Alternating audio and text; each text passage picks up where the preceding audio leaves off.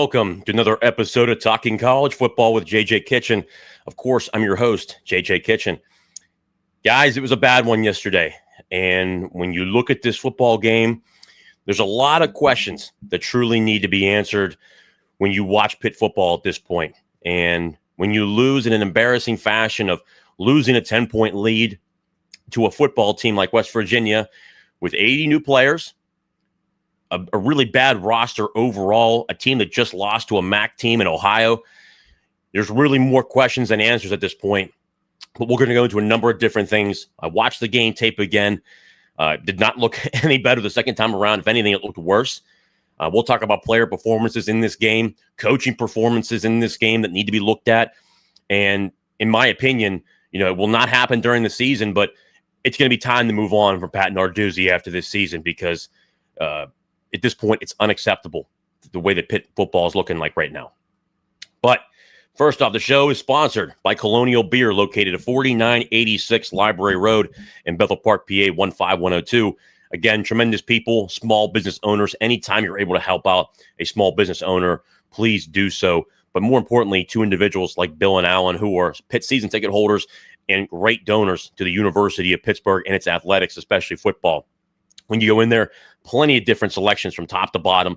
They do a great job of being able to bring up multiple different issues where they're able to bring up light beers, heavier beers, whatever you're looking for in between. And I got to stop there before I went to the tailgate that we had up in Mars, PA. Got to stop here in Bethel Park, picked up what I needed, and went right on the road and got right to the tailgate before the game started. Again, Colonial Beer, located at 4986 Library Road in Bethel Park, PA 15102. The show is also sponsored by Thompson Law Group with Brian Thompson, an attorney on your side. Call them at 724-799-8404 or visit them at thompsonattorney.com.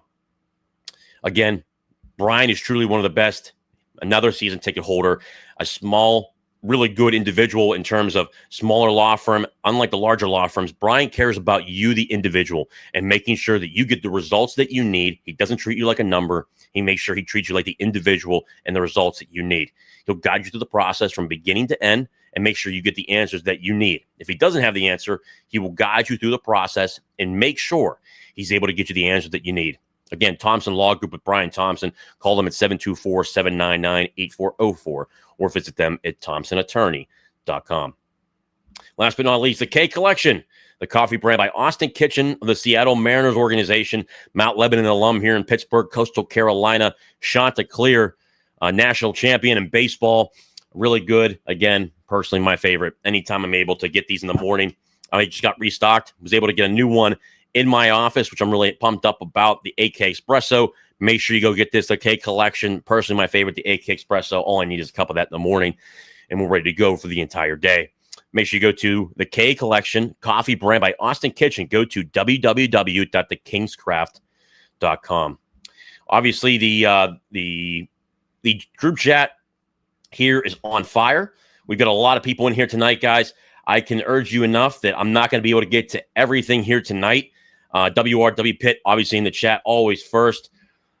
UCLA fired Foster today, just saying. Yep. I will say this, UCLA firing their head football coach right now is blatant stupidity. The same thing with Virginia Tech, but I expect nothing less of those two universities, and I'll go into why that's important.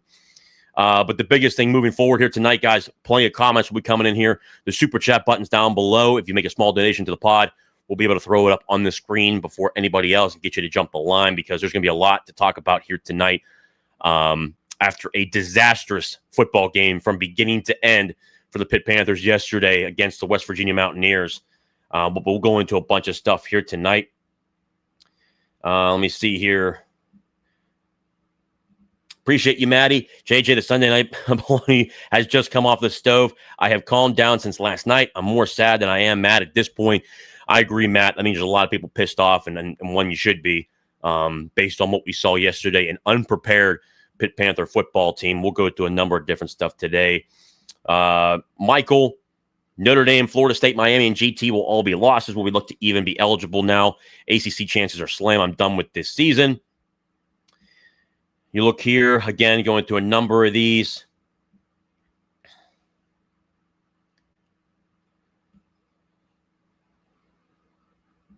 Let's see here. Marlon Barnes Jr., Marlon Barnes Truther, all-time bad weekend for football between the Steelers and this.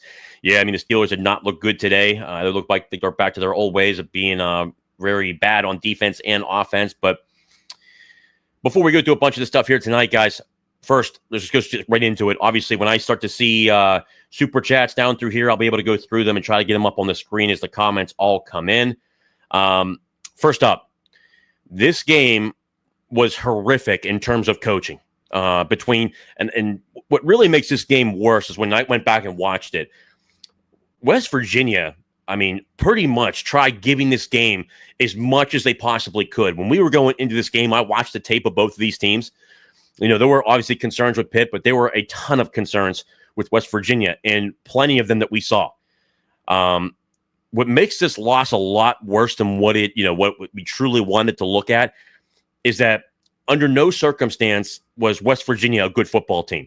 I mean, Rich Rodriguez taking Nico Markhill out to get Scotty Fox in the game, a true freshman, was one of the dumbest coaching moves I've ever seen.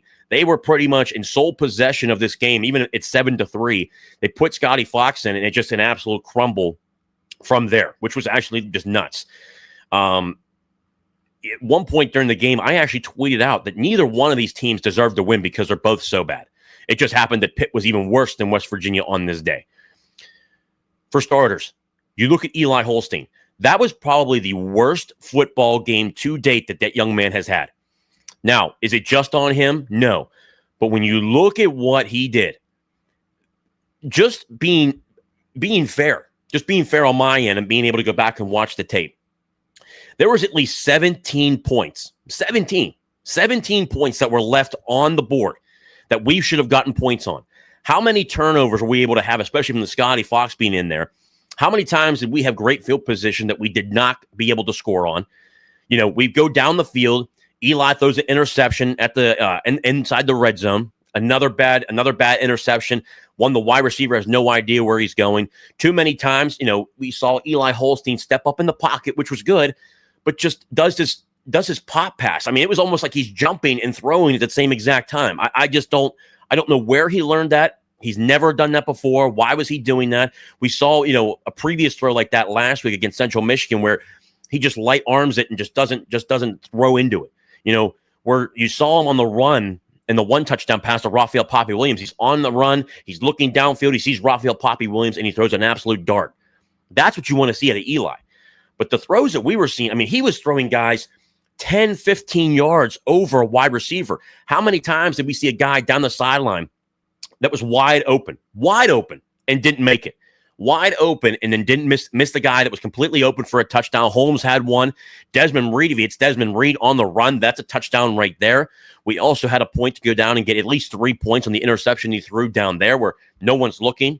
You know, we just know where to find anybody in terms of, you know, where was Kenny Johnson in this football game? He was wide open on the one, but Eli underthrew him.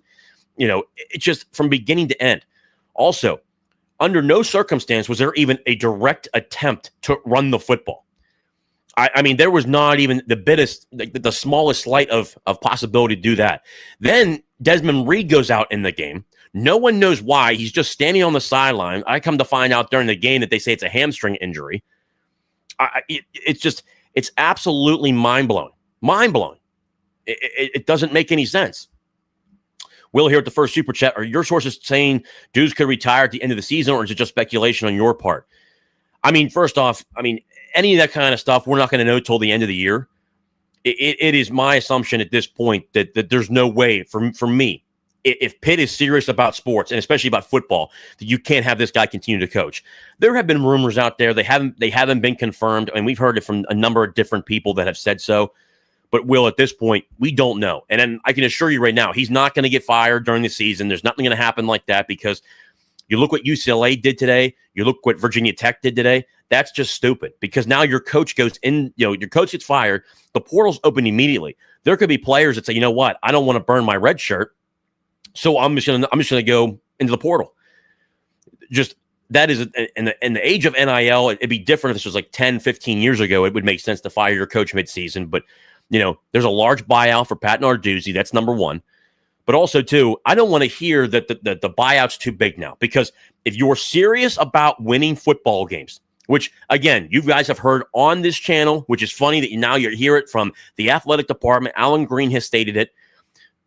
Athletics is the front porch to every university. Pitt has done a phenomenal job of getting applicants to go to the university. They've broken records 4 years in a row. They're certainly acquiring a lot of land in Oakland to build more housing for students. Their enrollment is going up. They're doing good on that end. But if you are serious about winning football games, you cannot have this guy return. I mean, he would have to, at this point, make it to the ACC title game or win 10 games, and that's not going to happen. It's not.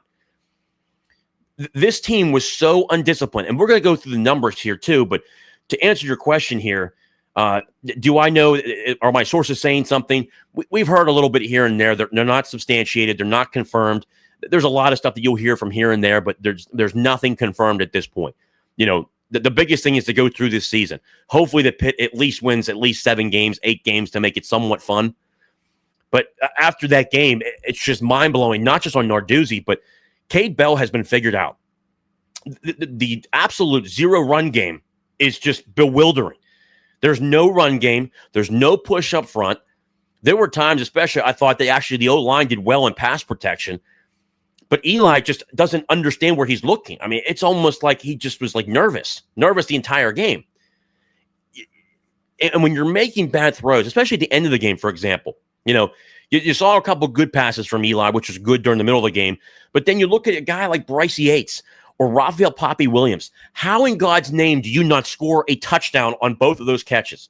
You left points on the board there. How is that possible? Kenny Johnson had a great block. He had a great block down the middle of the field. Bryce Yates goes the other way. What exactly were you thinking? Let's see here. Another one. John Waffle, thank you for the super chat. We need to go get Deion Sanders from Colorado. He'll take over the Whippeal. John, under no circumstance would we ever want Deion Sanders. Deion Sanders is not doing well at Colorado, nor would he even be an option. There are a million other people that are better than that. He would not take over the Whippeal. That is a guy, like, I wouldn't even have him on my top 30 on coaches that would be going to Pitt. Nor would he even want to go to Pitt. Nor would any of us want that. That would never happen in a million years. Never. I mean, that's not even a relative option.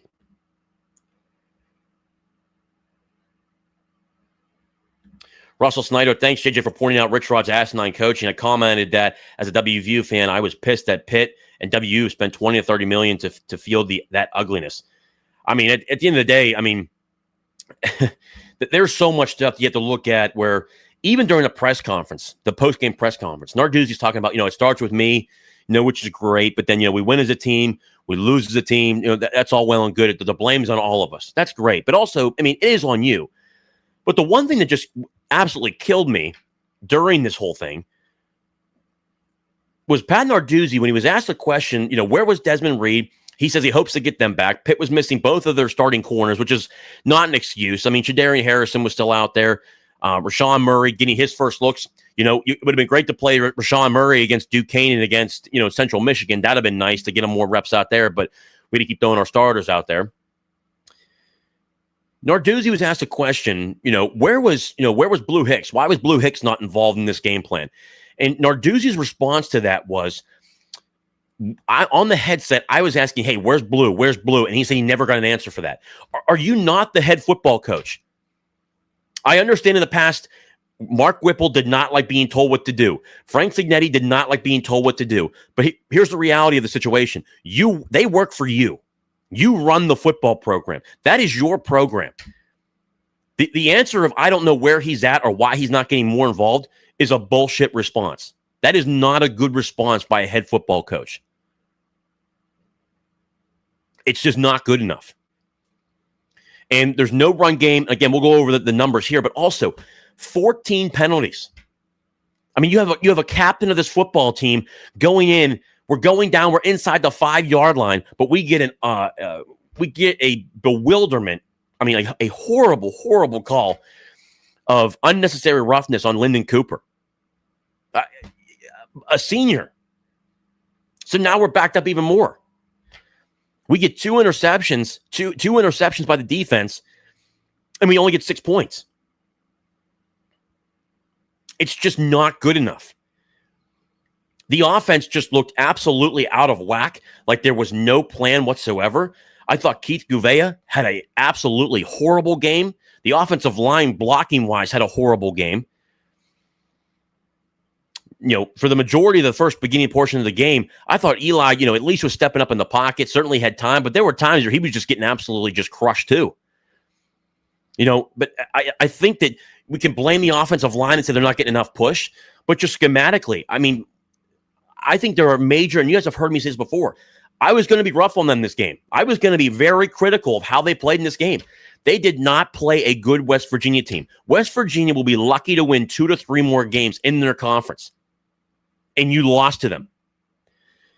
You were going to get the best West Virginia team possible because at the end of the day, whether they were overlooking Ohio, which was a potential thing, they still lost to Ohio. They certainly lacked talent. And you lost to a team that has 80-plus new players. That's just not good enough.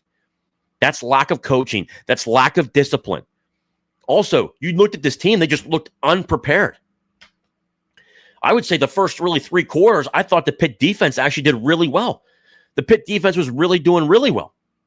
But then you get into the fourth quarter, and there's just a barrage of injuries or a barrage of people cramping up, which at the end of the day, they had a lot of heat. It makes sense. But West Virginia wasn't going through that. So why is that happening to us? That's not good. At times we didn't look physical. At times we were just getting pushed. The last drive of the game, people were asking me, JJ, would you have gone for it or would you have punted? I didn't mind the punt because 87 yards, you punt the ball and you're telling your other team, if it was a field goal, hey, then maybe you go for it to try to end the game. But at the end of the day, you had to give up 7 points. You're telling me your defense at the end of the game, you're known for stopping the run, and you couldn't stop them? And then on top of that, you're running Tampa 2. You're running Tampa 2 up the top, where the only way they're going to break Tampa 2 is if you have a guy right on the inside. You have a tight end on the hash mark and goes right down the seam. Of course, the guy goes right down the seam, and guess what happens? Right over top of the defense. Whippeal Insider here tonight. Which loss was worse, this or GT in 22? Oh, Carlo, this. This isn't even close. This is 10 times worse. They lost to a horrific team in West Virginia. It's not even close. Carlo, if you have time, you're more than welcome to join the show too. If you need a link, let me know. But at the end of the day, it's not good enough.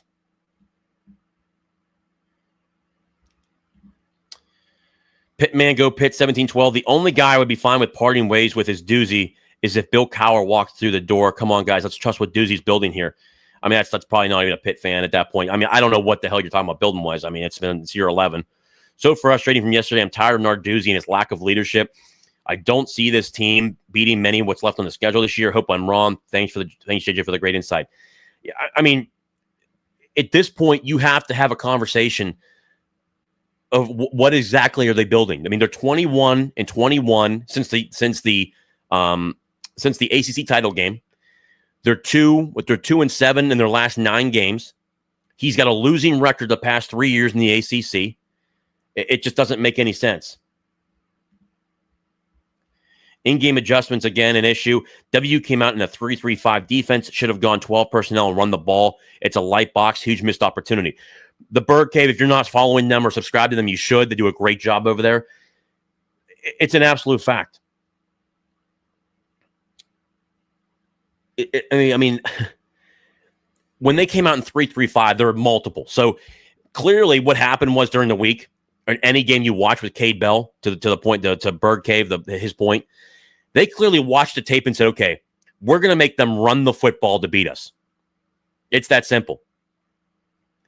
At the end of the day, you need to make sure you're able to run the football. And to your point, a 3-3-5, and then when we did try to run the ball, we actually had success with it. We were averaging 3, 4, 5 yards a carry, and then he would just go away from it.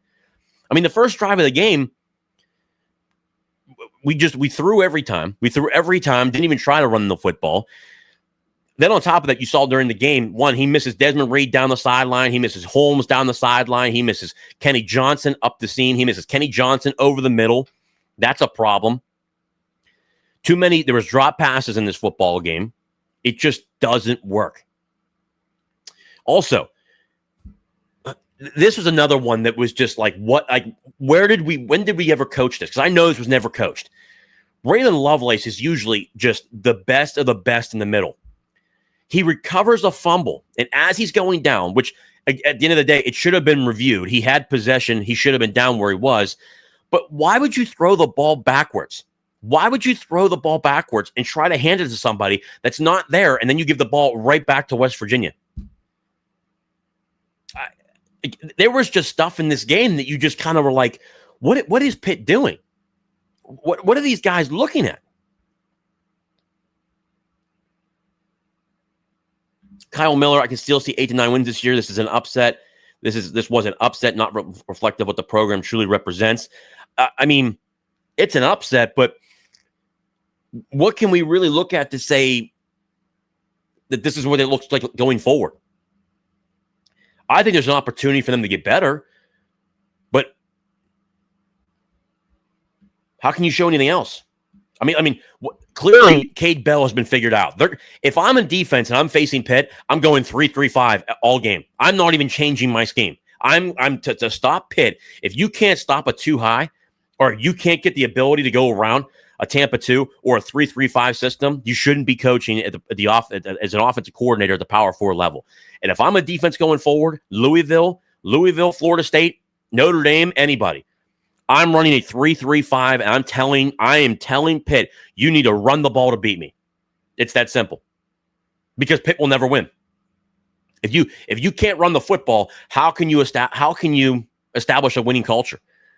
You can't be throwing the ball down the field. And these hitch routes for 2 or 3 yards, I mean, they're pretty much, you're counting them as runs. And then on top of that, I'm not okay with, I'm not okay with them, putting these guys that are out there. Look, if he wants to go smaller running backs, fine, go ahead. But at the end of the day, you always need bigger backs. I just don't understand the concept of that either. There's just a lot of things wrong on offense. Defense, again, do I think we tackled well? No. The last 2 drives of the game were absolutely ridiculous on Pitt's end. You're up 10 points with 9 minutes to go. You got to close that game out.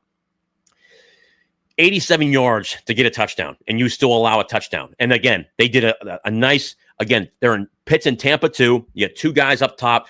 The only thing that's really beating that is if you have a tight end go right down the seam, and they went right down the seam, and they threw a perfect pass. Nico Marco, probably one of the very few good passes he threw all day. Question here from John Waffle. Thank you for the super chat again. Who would be your top candidate? I mean, you could throw out a number of different guys at this point. There's certainly guys that are out there. Bobby Chesney, you got him down at JMU. You've got John Summerall down at Tulane. He's a guy. Alex Golish, of USF is another guy. You've got Will Stein, offensive coordinator at Oregon. You've got, Andy Kotelnicki up at Penn State. I think he'd be good. Charlie Partridge, the defensive line coach of the Indianapolis Colts. I mean, you got a number of guys you can go all the way around. Glenn Schumann, defensive coordinator at Georgia. I mean, there's a lot of guys you can just throw names out there and just, hope for the best. I know some people will hope for Jason Candle at Toledo. But, there's a number of guys out there. But at the end of the day, Brian Hartline, assistant head coach, offensive coordinator, Ohio State. He was a guy that was down to the wire. He wanted the West Virginia job, from what my understanding is. West Virginia was is still going through money issues, and they certainly didn't pay enough to get him to leave Ohio State. So he went back to Ohio State. Same thing with Andy Kotelnicki. So they went with Rich Rodriguez, which, again, God bless the aura of all this for West Virginia, I guess. I mean, but West Virginia was just focused to this year. West Virginia wanted to win this game, and that was it. At the end of the day, West Virginia could go 2-10 the rest of the year. They're just happy they won this game. I mean, it's a different culture there. Regardless, there's names that are out there that could certainly want this job, but there's just no reason to speculate on it because we're not going to know anything till December. We're 3 games into the season. Here's what I will say. While I think that Pat Narduzzi we need to move on from Pat Narduzzi at the end of the season. I don't care if he runs the table. I don't care, which will not happen. I see at least 3, 4, 5 losses on this thing still. So I see a potential, 7-5, 6-6 season. But clearly things did not get better on offense. And they weren't able to stop the run. We'll pull up this stuff here right now. Let me see here.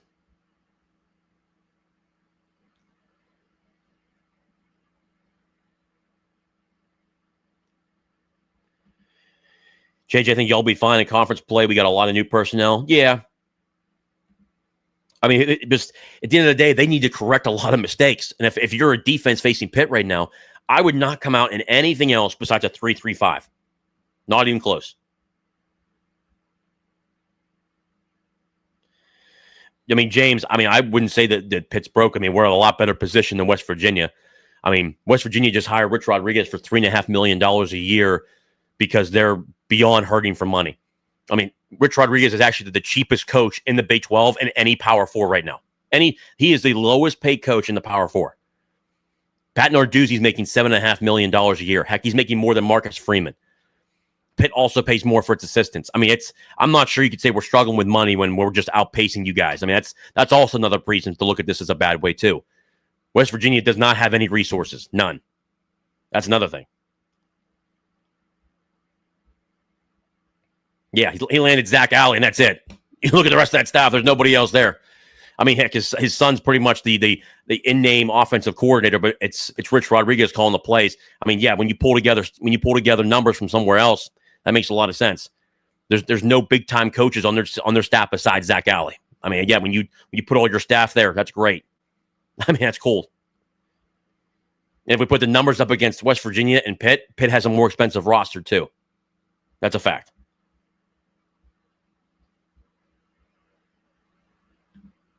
Donovan Reed, first and goal, 3 straight passes. We do not want to run. Yeah, I mean, he doesn't clearly want to run, but also, too, I think to that point, I don't know the stable backs are any good. I mean, Desmond Reed is out again. He's not healthy. Joels Goff, I think, can run forward and be very aggressive that way. Jakirin Boozy Turner, we've heard a lot of stuff about him. Didn't really see him at all. I mean, just these guys are too small to be getting 10, 15, 20 carries. I mean, you got to use all 3 guys. It's just not good enough. I was thoroughly disappointed. Atrocious QB and O-line play, undisciplined. WVU wanted more, shaking my head. Couldn't agree more, man. We're up by 10 points, 24-14. The defense kept us in that game. I mean, the defense pretty much dominated the West Virginia front for 3 quarters. I mean, if you guys remember, the Sean Fitzsimmons had a tremendous play. I mean, pretty much just manhandled Walter Youngbear. I mean, Walter Youngbear got absolutely just demolished by Sean Fitzsimmons, and it was another sack. I mean, they did a great job there. Let me see here.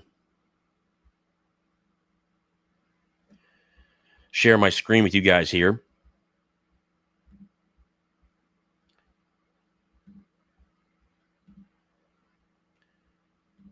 Go through the numbers.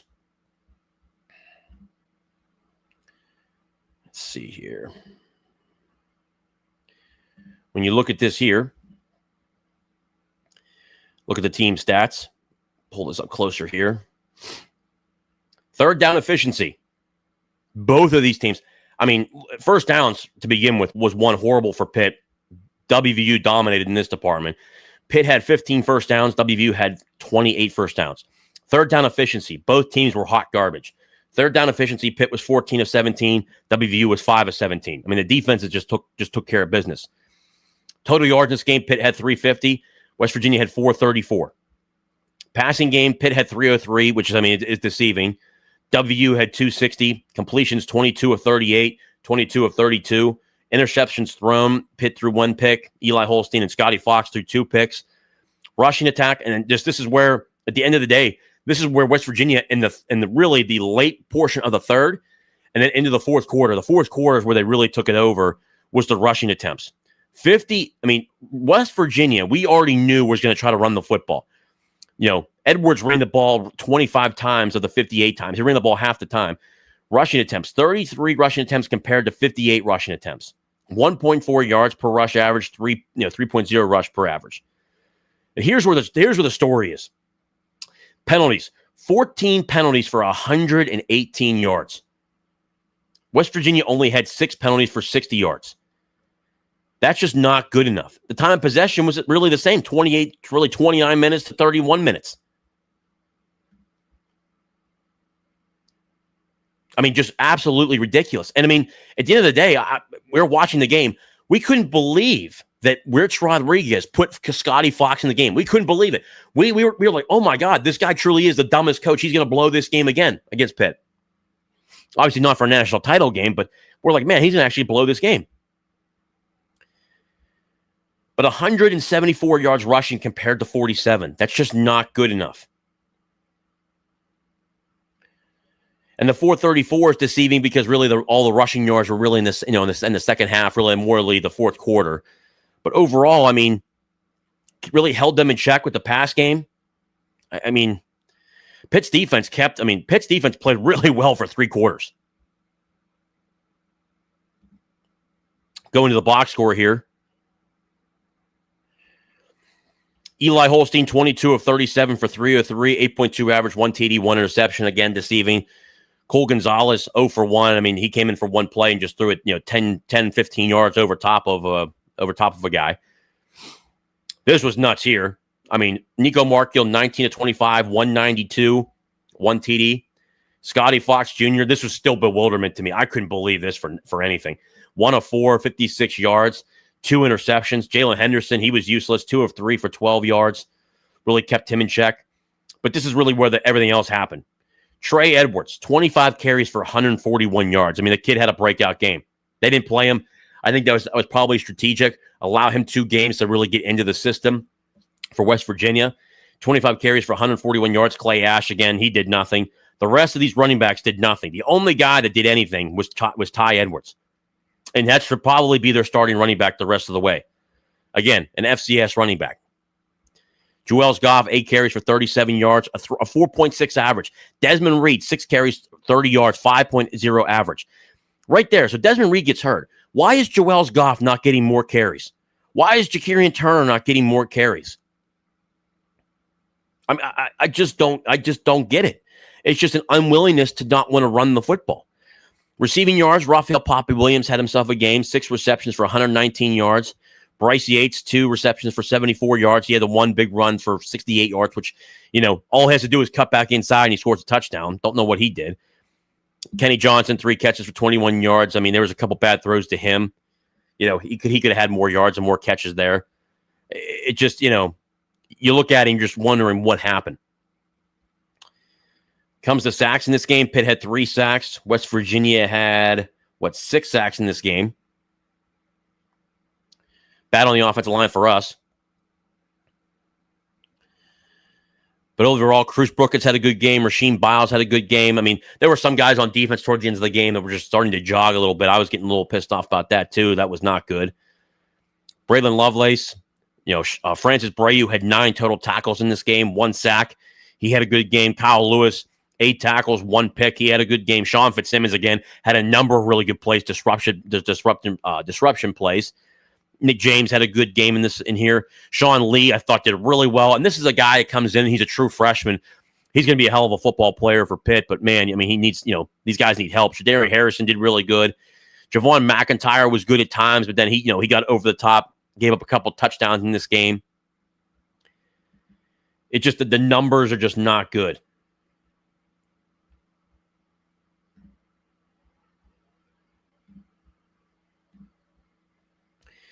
You just look at the numbers and it's not worthy of what was there. I mean, Pitt didn't deserve to win that game.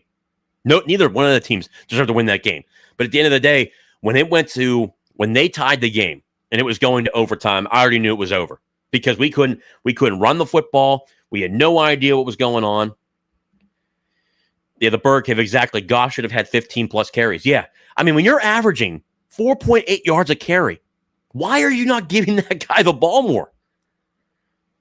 It's just a lack of not wanting to run the football, in which this may work at the FCS level.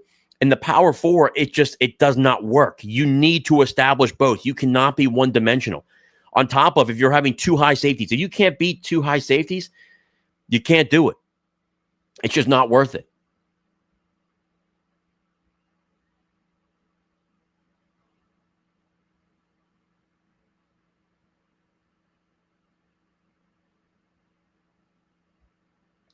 Let me see here, going through the comments here. Matthew Good, JJ, do you believe that Pitt and Smee will still be a program that can compete for conference championships and compete for a playoff spot? If they are serious about winning, I hope they are. I mean, yeah, they have the resources for it, but guess what? You're not going to be able to do it with Pat Narduzzi. It's that simple.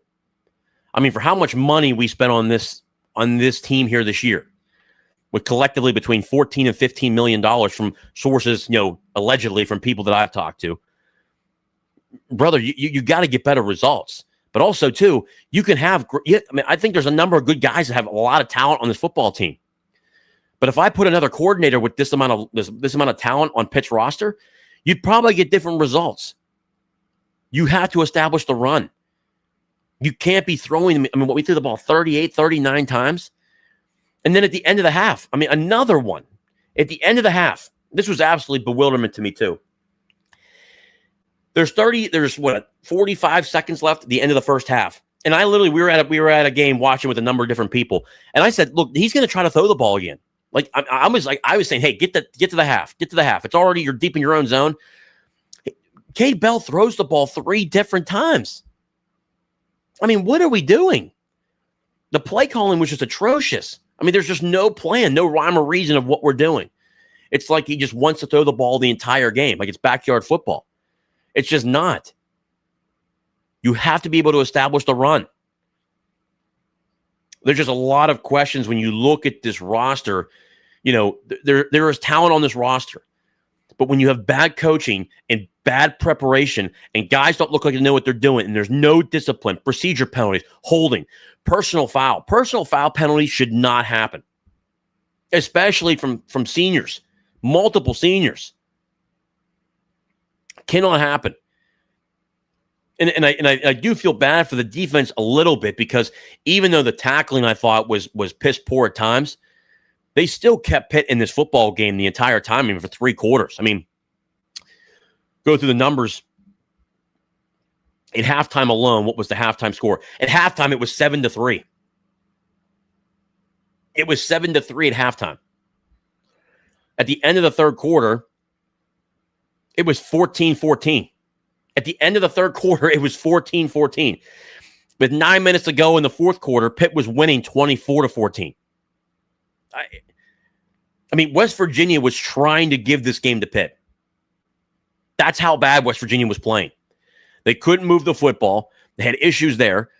And then when they get to the end of the third, really towards the end of the third quarter, and obviously the whole fourth quarter, they started running the ball more on the outside, attacking the outside part of Pitt's defense, and just was having great success with it.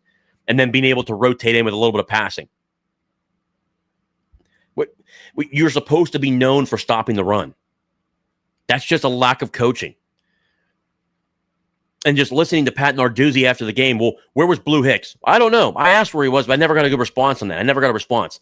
That is a horrible answer. You're the head football coach. At the end of the day, is West Virginia, Ohio State? Is it are they Clemson?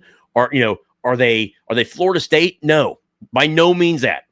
But it's a rivalry game. You circle it on the calendar as one of those big games on the schedule, like with the Notre Dame, like with Miami, like with Clemson, like with Louisville, Florida State that we have on the schedule, all those guys that we have on the schedule. You circle those games. It's a rivalry game. And for a guy that like Pat Narduzzi, who talks like he's Nick Saban at times, gets it, and again, I am not a fan of some of the questions the media asks because it's just very negative at times when they don't need to be negative and they're just trying and finding things to poach at. I don't mind a reporter asking a question about an injury. Hey, we have no update on him. That's fine. There's just times that Pat Narduzzi goes off. Like, okay, we get it. No coach wants to talk about injuries. Rich Rodriguez dodged the injury questions all week. Dodged the eligibility questions about Jamoy Robinson all week. There's better ways to go about it. But when Narduzzi talks as much as he does, you got to have more results. You have to. You can't keep going on this route of like, well, we're going to talk but not perform. And again, you guys probably saw the tweet that I put out from Alliance 412. We wouldn't be anywhere near, without Alliance 412. We wouldn't win as many games as we had. We were throwing millions of dollars because of a Lions 4-1-2. Millions of dollars onto this roster because of a Lions 4-1-2.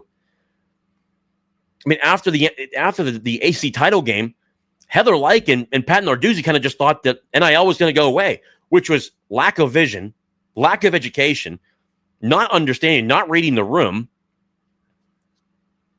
The game has just passed him by, which puts me into the realm of that this team moving forward needs someone new. And it's a lot like, for me, it's a lot like watching the Steelers. Mike Tomlin, if he's ever let go, which I highly doubt he ever will be, he would get a job in a heartbeat, which that's great. He's never had a losing season, but you haven't won a playoff game in 9 years. That's a problem. A message can get stale. The message here has gotten stale, and they gave him an opportunity after 2021. He had a good season at 21. He still won 9 games in 2022. Those are your 2 really good years. And in 2015, 2016, he won 8 games. Okay, good.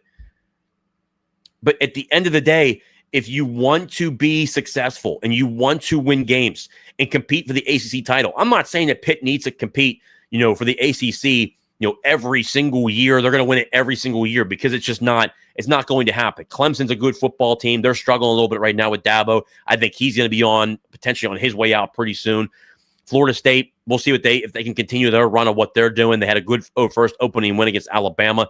They faced, the Little Sisters of the Poor, the second game. I didn't even know that team even had a school. I thought it was like Bishop Sycamore, for crying out loud. We'll find out what they can do. But in this conference, there are good football teams. But Pitt should be able to compete on at least every other year or every 3 years for an AC title or getting into that AC title run. But there has to be a lot of corrections, a lot. And I just think that when you look at him, you look at it against the Penn State, for instance, he's 1-3 versus Penn State. Bad coaching cost Pitt the game against Penn State in the 4th game. They probably should have won 2 of the 4 games there. He's 2-2 versus West Virginia. He should be, for crying out loud, in reality, he should be 4-0 against West Virginia. If he takes out Phil Dracovic in the West Virginia game, the first one down there, Pitt wins that game. I mean, Pitt's defense was good in that game. We just kept turning the ball over to West Virginia, which allowed them to score points. It's that simple. It's time to move in another direction of a guy that can really adapt into this landscape. I've also not been a fan of Pat Narduzzi fighting, not wanting to get a general manager because he doesn't want to report to somebody else too. Like, the game has passed him by, and he's not adjusting enough. You have to sell your program. But more importantly, a new football coach, in my opinion, would revitalize this, because I've talked to the major donors. I've talked to numerous people who are massive, massive donors who donate hundreds of thousands and millions of dollars to this program. And a new football coach would revitalize this program, bringing more people in. There's a lot of people that like Pat Narduzzi, believe it or not. There's a lot of them that like him, but there's a lot of people that don't. You're not selling your program. You're not doing a good job of it. And the age of NIL, the age of building revenue, you need a guy who's willing to sell your program. And there are guys out there that can do it a lot better than what Pat Narduzzi's doing. And again, I'm very appreciative of what Pat Narduzzi's done. He has raised the ceiling. We were in a time where it was just, we had influx of people in and out the door. I honestly believe he's built a great culture. We don't lose a lot of players in the portal. The guys that leave in the portal notoriously are guys that won't play or won't get playing time. They find other places to go. We've lost a Jordan Addison. We've lost a couple guys here and there, but the majority of the time we keep the guys here because the culture's good. But also, too, you got to be able to push players to want to be able to succeed at a higher level if you want to go to those certain places. You watch a Marcus Freeman, for instance, where at Notre Dame, they're 0-2 right now after a national title run. It's not good enough. He's even saying, we're focused on getting better. I'm going to push these guys even harder. You don't hear that from Pat Narduzzi. Brian Kelly, who I just can't absolutely stand, lost his mind on a reporter for asking a question, so I'm not even going to go on to him. But there are numerous other people that have a better attitude about it, that can do a lot better job. It's that simple. RJ Seaman 13. I'm sorry, RJ Seaman 38 cannot get rid of Pat Narduzzi until Capel 1. I'm so frustrated. 6 mistakes. at OC. Come on. Well, I mean, he certainly didn't make 6 mistakes. I mean, Mark Whipple won an AC title. If we were in the playoff era now, Pitt would be in the playoff. I mean, so that was a good one. I thought Chaney was actually a good hire. I mean, he actually wasn't bad. If he would have stayed here longer, I thought he'd have done really well.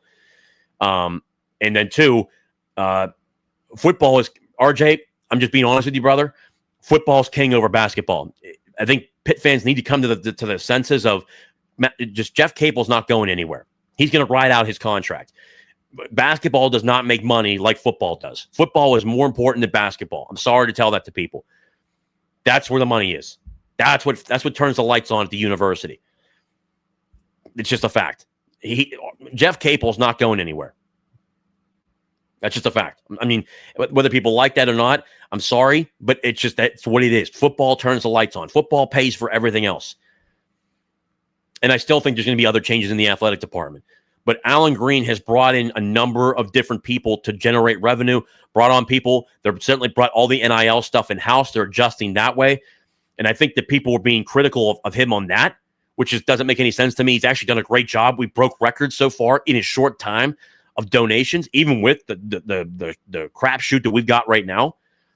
At the end of the day, what I'm going to be critical on, Joan Gable and Alan Green have shown they're invested into football by generating and giving Pitt football millions and millions and millions of dollars.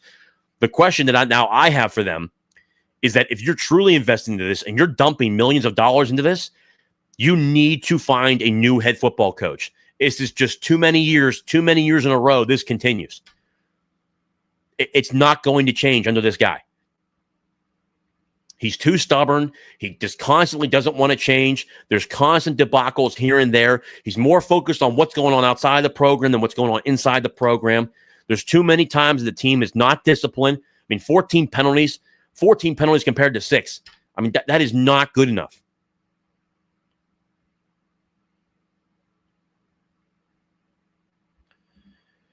Agree, Paris. Narduzzi did his job. He built a good culture, and he raised Pitt to a level by winning an AC championship game. But now it's time for more consistent beating these mid-tier schools. The Bird Cave, 100%, brother. I mean, that is 100% the truth. There's no reason why Pitt's not succeeding more than what it has. And especially after 2021, you guys should see the numbers. I mean, the donations went through the roof. I mean, the support was there. But then the fact that we just kind of like subsided with NIL and Heather refused to talk about NIL. I'll never forget watching the press conference when she's talking about Victory Heights and someone brought up a question about NIL and she just literally got pissed off about the question about NIL. Like, well, why are we talking about NIL? We're here to talk about Victory Heights and these great, these great facilities. Like paying players is pretty important right now. I mean, you got to acquire more talent. That's great. I think that like anything else, you saw about Penn State recently, they upgraded all of their stuff for all their non-revenue sports. So it needed done. I get that. But you can't just put your head in the sand on one thing and then only focus on one other thing. We're probably going to hear stuff pretty soon about the Peterson Event Center getting naming rights, which is worth millions of dollars every year. The same thing with Victory Heights. That's going to have naming rights. That's going to be millions of dollars every year. That's coming down the pipe pretty soon. You guys will probably hear about. That's important.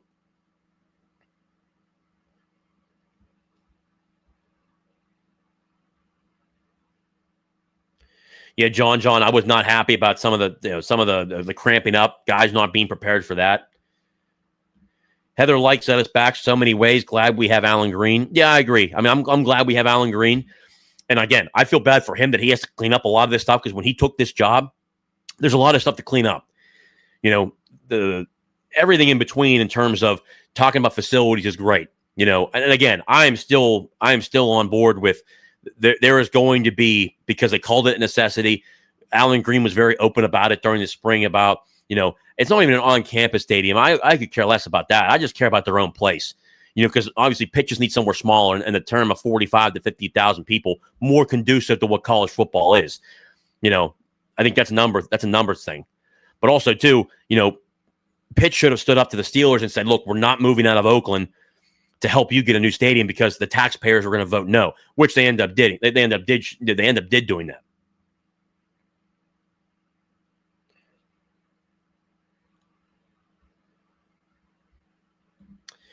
Any chance we are overreacting? I think we need to let this season play out and see where the chips lie. I know this year is 11, but I think we need to see the season play out. Tyler, I mean, that's not a bad comment, honestly. This could be an overreaction, but when you look at the past 10 years, there's 2 years where they really proved us wrong. You know what I mean? At the end of the day, if you look at 2021 to now, he's 21-21. He has a losing record in the ACC right now. You can't keep losing games you're supposed to win. That's just it's not conducive. It's not good enough. You can't do it. It's never going to be successful if you continue to do that. You just can't continue to live in this world of 7 to 8 wins and then losing a bowl game. His bowl game record is horrific. I mean, that's before. And again, I've told people I'm not a big bowl game guy now. I don't judge it as harshly because guys leaving the portal. I mean, Pitt was down to their 5th string quarterback during the bowl game, and they still should have won. I mean, I just don't count the bowl games anymore. But at the same time, it is what it is. You just can't keep losing the way they're losing. It's just the guy is past his time. There's other guys out there who want this job who could do a better job. Like for instance, like a Brian Hartline out of Ohio State, Bobby Chesney of JMU. I mean, Bobby Chesney, what he's done down at the JMU has been just incredible. He's done a hell of a job. Alex Golish down at USF, he's done a great job and built that program with the resources that they have. I just think there's a lot more to go. But to your point, Tyler, yeah. I mean, regardless, he's going to be the head coach for the next, 9 games. He's going to be the head coach at the end of November. He will coach out every single game, and then they're going to need to make a decision. But if Pitt wins in the games of 7 to 8 to even 9 games, it's not. I mean, you'd have to lose only 3 games. I don't see how they're going to beat Notre Dame. I don't know how they're going to beat Florida State because now you guys have to understand the blueprint's out. If I'm a defense and I'm facing Pitt, I'm running a 3-3-5 and I'm forcing them to run the football. I'm forcing Pitt to run the football. We have Boston College on the schedule. Pat Narduzzi just can't beat Boston College. Can't beat them. Even they lost last night to Stanford. We can't beat Boston College for whatever reason. It's just there's too many times every year that you look at games like the Western Michigan game, the Boston College game, and in 19 and 22. And last year, 24. Eventually, you have to kind of say, it's just not working.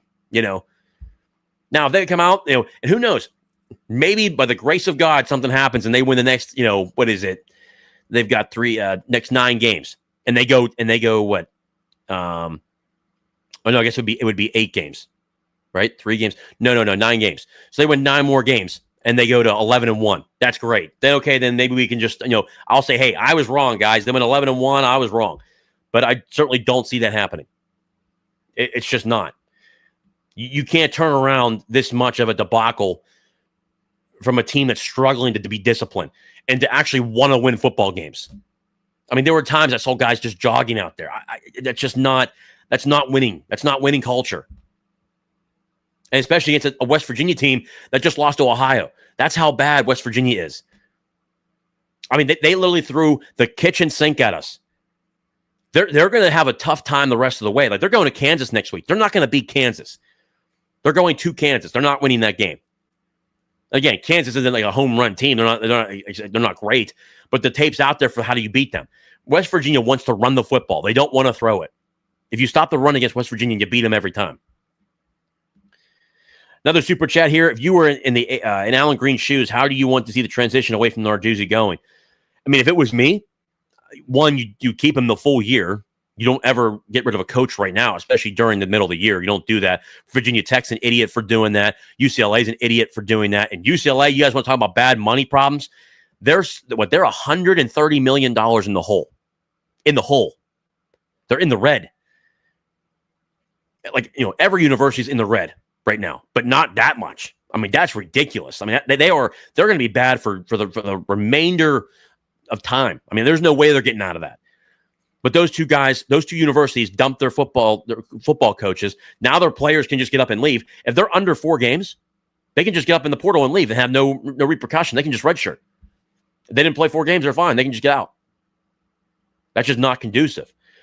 But right now, if I was me personally, if I was Alan Green, and this is me, I'm having a soft search right now, and I'm looking for guys, and I'm calling agents right now and doing a soft transition behind the scenes, and getting, and especially too, getting the temperature on who's interested in the position and who's not, and finding out where they want to go. Get on top of it now. So when the end of the season comes, you have your list of guys, whether it's, the top 3, 4, 5 guys you want to interview. Then boom, you do your last interviews, and then you transition out of it, and you talk to this football team and say, hey, look, here's our direction. We're going for something better. The guys that want to stay here. We'll bring somebody in who fits what we need to be more successful. And the guys that don't want to be here will go hit the portal. That's like any other new coach that leaves. But I mean, right now, Alan Green should be doing a soft search right now, going through and talking to agents and seeing who's invested and who wants the position right now. And there are a number of guys that would want this position. It's a P4 position, ACC, which the ACC is very much up for grabs with Clemson really struggling right now. Florida State looks to be at the top. Miami looks to be dominating right now, but it's competitive. It's that simple. Another super chat here from J.W. Adams. Let me see. Thank you for the super chat. Let me find your question in here, though. Here it is. We are not overreacting. No excuses for yesterday's performance. And I agree. And I will say this, too. Guys, I have heard from a number of different former players. And I'm talking about in like the 16, 17 different former players. They were pissed off about this yesterday. You had 2 weeks to get prepared for this. And you can't say like Narduzzi said, well, they trotted out a different running back, Ty Edwards. It does not matter. Schematically, you know what they're going to do. You get to it. And in the regulation, it matches up year over year. Narduzzi faced Michigan State faced Michigan 3 times. He gave up 21, 20, and 17 points in all 3 of those games. At the beginning of the fourth quarter, he only given up 14 points. In regulation, he only gave up 24 points. That's conducive to what he gave up against Rich Rod in all the other years.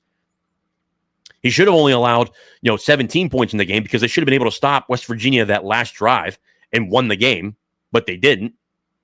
But to your point, Jay, I agree. We're not overreacting. It's enough of this.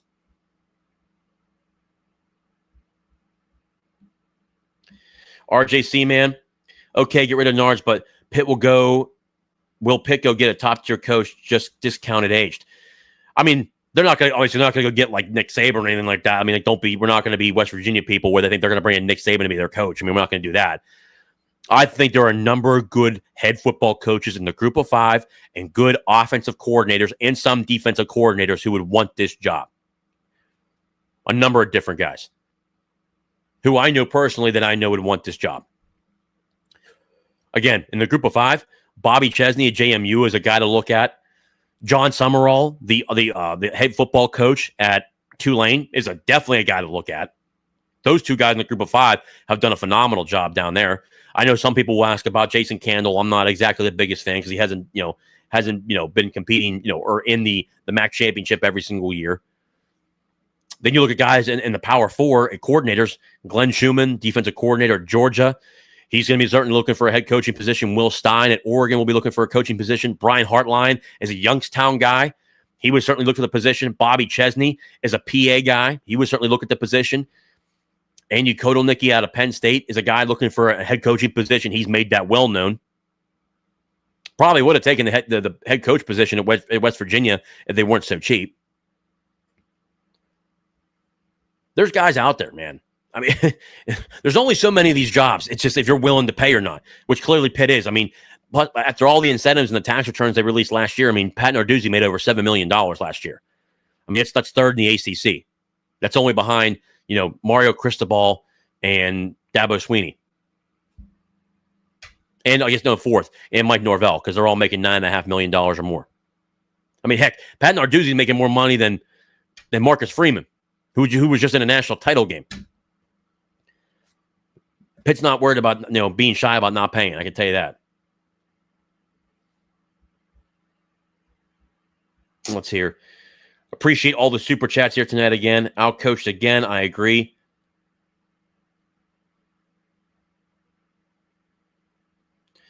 See here.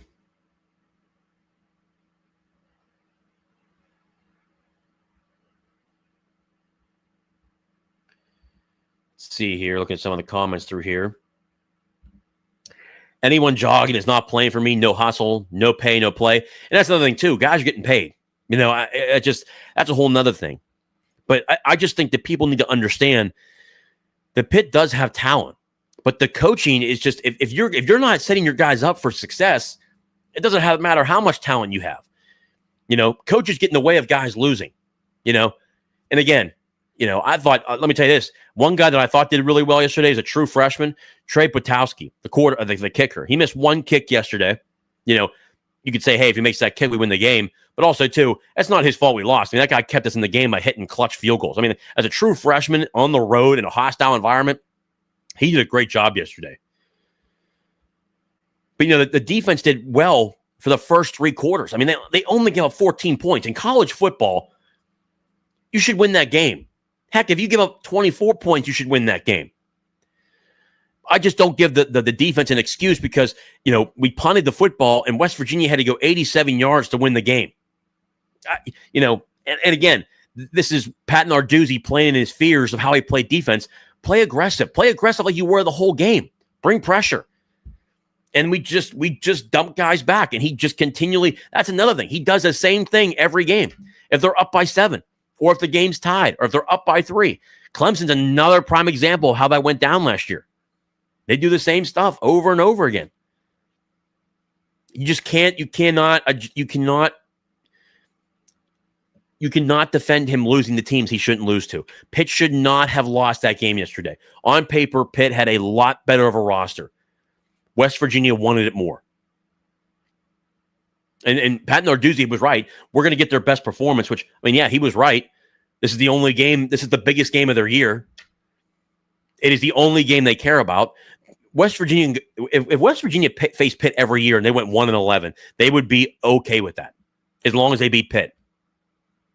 Okay, if Neil Brown beat Pitt last year, I guarantee he's still the head football coach at West Virginia. Again, will they sell out? Especially too, if they lose next week to Kansas, they're not going to sell out the rest of the year. They sell out for one game a year, and that's Pitt. It's just right now, it's not good enough, and it's the consistent excuses from Pat Narduzzi. You shouldn't have lost for how bad West Virginia was, but just when you come out that unprepared. And 14 penalties for 116 yards. You're unprepared. You can't justify that. In 11 years in the age of college football for where we're at, if we were winning 9-10 games a year and you had a couple odd years, hey, I understand it. Then I'd be totally on board with Pat Narduzzi. But we're not. We're not. It's not good enough. It's going to be interesting to see what this team looks like going forward. At times the team looks lifeless. They just looked out of gas at the end of the game, which it should never be that way. But we're going to find out what this team's made of. I can tell you this, guys. I'll be at the game in a couple weeks. We're off this week. We have Louisville coming up in 2 weeks. I will be at that game. I'll be at the Louisville game. I'll be at the Boston College game. I'll be at the Miami game. The Notre Dame game, I'll be at those games. I live and breathe and die with this stuff, man. But, at the end of the day, I don't get cut a check from Pitt. I'm going to be harsh and critical when it needs to be, whether people like that or not. And I know I'll hear it from some people, whether it's parents or people from the university or something. I'm going to hear something, about being so negative. But guess what? At the end of the day, facts are the facts. You reap what you sow. The eye in the sky doesn't lie. And that game was so putrid from a preparation standpoint. It was the epitome of a Mike Tomlin game. It's like they're in the same building. It's almost like they coach the same way. It just can't continue. For Pat Narduzzi to keep his job, at this point, he's got to win. He's got to go 9-3. I'll give it that. 9-3. He has to go 9-3. So he has to, the rest of the way, he's got to go 7-2. You guys see that? We got to face Miami, Notre Dame, Louisville, which Louisville struggled a little bit, so I don't know about them anymore. But Georgia Tech looks damn good. Notre Dame, Georgia Tech, Miami, Florida State. Haven't beaten Boston College yet. That's 5 games right there. I don't see it. And I think that's lack of preparation. You got to call a spade sometimes. And especially now with players being paid and the way that we pay coaches here, you got to be honest. You can't, I can't sit here and tell you guys and just give you guys BS where I put the Pitt golden royal blue sunglasses on, man. I just can't do it. I got to tell you guys the truth. It's not good enough. And in 2030, it's coming, guys. It's coming. 2030 is going to be a shakeup. You got to win. You got to win. Pitt has the tradition and the resources. It's time to use them. And that's why I'm calling upon Joan Gable and Alan Green to prove it. How bad do you want to win? And I know in heart of hearts, behind the scenes, Alan Green wants his guy. So we're going to see. Because at the end of the day, guys, it comes down to it. It's time to put up. Good comment here from RG Seaman. NC State is always a tough game for Pitt. Yeah, that's another tough game. They didn't win this past weekend. They didn't look too good. But hey, Peninsula P, Heinzel needs to start Louisville. He has 2 weeks to prepare. I'm going to tell you guys right now. I said it in the tweet. There needs to be a quarterback competition right now. And between all 3 of them. Do I agree with throwing Mason out there and just throwing him to the wolves? No. But to your point here, he's got 2 weeks to prepare. Do I think they're going to bench Eli Holstein after just one game where you look at it and say it's one bad game? No. But if he struggles against Louisville, you can bet your ass that they're probably going to bench him. Because you have 2 weeks to prepare for Louisville. If this offense and Eli and the O-line struggle, and this goes to the O-line too, there are guys on that O-line that are not performing. And it's been all 3 weeks. You got to start showing other stuff.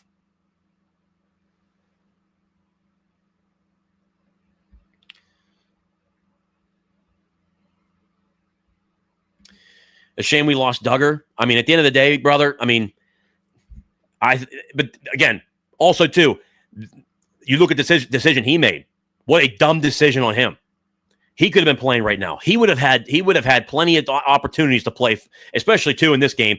He would have had plenty of packages to get in the game. Right now, he's third string at Washington State. And Washington State, how did they do yesterday? Let's look that up here real quick.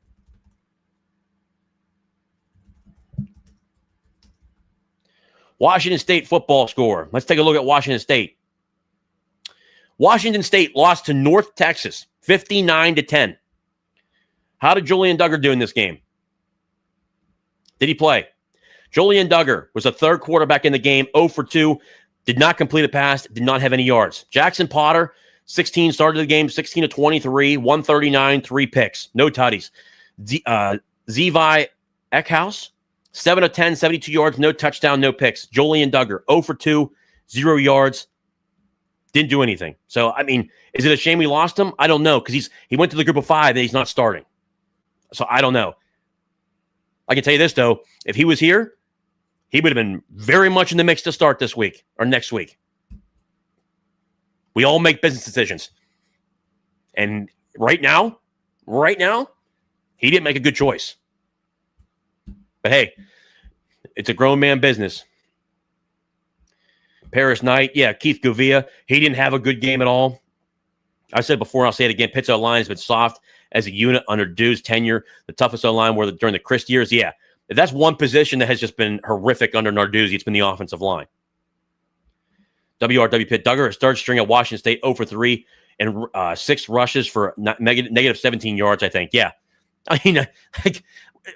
He's not Johnny Unitas. I'm sorry, guys. If he can't start at a group of 5 school, why the hell would we have him here? And if anything, he would have had the opportunity. He actually would have been on the field here before he got there. Turner, after Reed out with the injury, refused to run Goff, or Turner Cade sucks. Yeah, I don't get it. Joel Goff is good. I think he's actually really good. He's averaging over 4 yards a carry. Why are we not running them? That's a schematic problem. That's a Cade Bell problem. And it just the play calling this game was just horrific.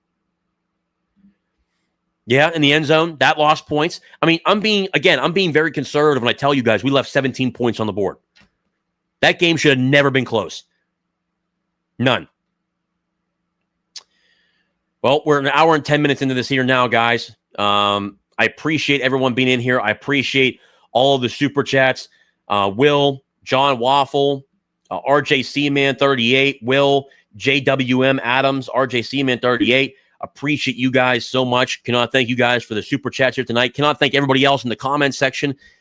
Guys, the only thing we can do at this point, do I think Pat Narduzzi should be coaching his football team next year? No. Even if he does win 9 games, I still don't. But at the end of the day, we still have 9 games to go.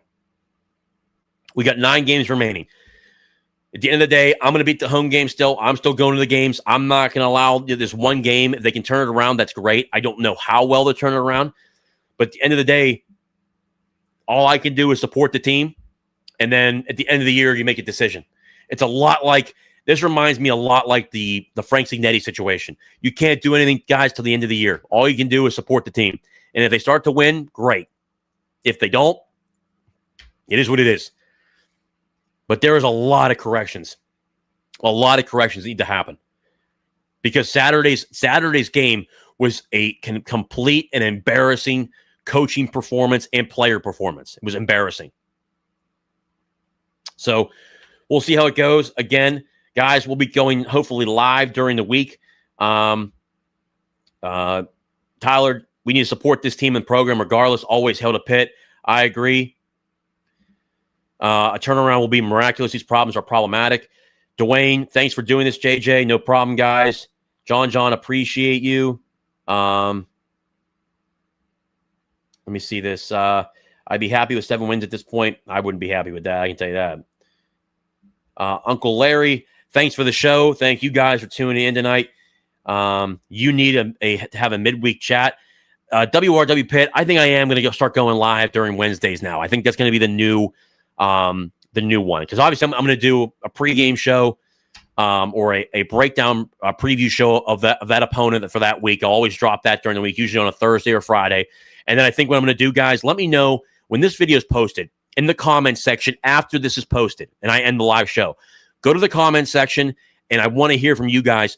Do you guys want to see another live show during Wednesday or Thursday? Do you guys want another live show during the week to talk more about what's going on around college football, about who's potentially out there? What do we need to correct? Let me know when this is posted what you guys want to see. I appreciate it, guys. Again, the show is what it is. The Bird Cave, again, if you've not done so, subscribe to them. They do a great job. Eric, everybody over there, GB, they're all the best. Good stuff, JJ. Yes, sir. Okay. So you guys, again, the show's posted. When this live stream ends, go to the comment section and tell me when you want to see a live show. Appreciate you guys. Matthew, good. Thank you, JJ. Appreciate you, Matt, as always. As bad as you think the game and result was on Saturday, it's actually worse. Such an overrun series program that fails, lets you down over and over again. Done with this staff. I agree with your app, brother. I've got a few bucks on a new head coach. Again, guys, this live stream is going to end. Go to the comment section, hit the like button, subscribe to the show. I appreciate all that. It always helps. Subscribe and like the show. Go to the comment section after this live stream and let me know when you want to see a live stream during the week and if you do want one. Guys, as always and forever, hail to Pitt and hail the ACC. I'll see you next time.